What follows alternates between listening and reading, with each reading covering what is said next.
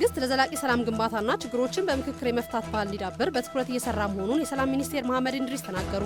የፖለቲካ ፍላጎታቸውን በኃይል ለማሳካት የሚሞክሩ አካላት ከስህተታቸው ተመልሰው ወደ ሰላም መንገድ እንዲመጡ መንግስት በተደጋጋሚ የሰላም ጥሪ እያቀረበ እንደሆነም ገልጸዋል። በዚህም በተለያዩ ክልሎች በርካታ የቀድሞ ታጣቂዎች የመንግስትን የሰላም ጥሪ ተቀብለው ወደ ሰላማዊ ህይወት በመመለስ ላይ እንደሚገኙ ተናግረዋል።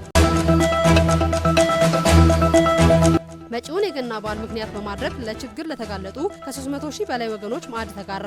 የአዲስ አበባ ከንቲባ አዳነች አቤቤ በማህበራዊ ትስስር ገጻቸው እንዳሉት የገና በዓል የኢየሱስ ክርስቶስ የልደት በዓልና የፍቅር መገለጫ በመሆኑ ማዕድ ማጋራት ለተቸገሩ ወገኖቻችን ያለንን ፍቅር በተግባር የምንገልጽበት ነው ብለዋል። ይህ የበጎነት ተግባር የከተማችንን ጥልቅ የመረዳዳትና የአብሮነት እሴት ይበልጥ የሚያጸና ሲሆን ዛሬም ጊዜያዊ ችግሮችን ለማለፍ እጅ ለእጅ ተያይዘን የምንቆምና ለዘላቂ ልማት የምንተጋ ታላቅ ህዝቦች መሆናችንን በተግባር ያረጋገጥንበት ነው ሲሉ ገልጸዋል።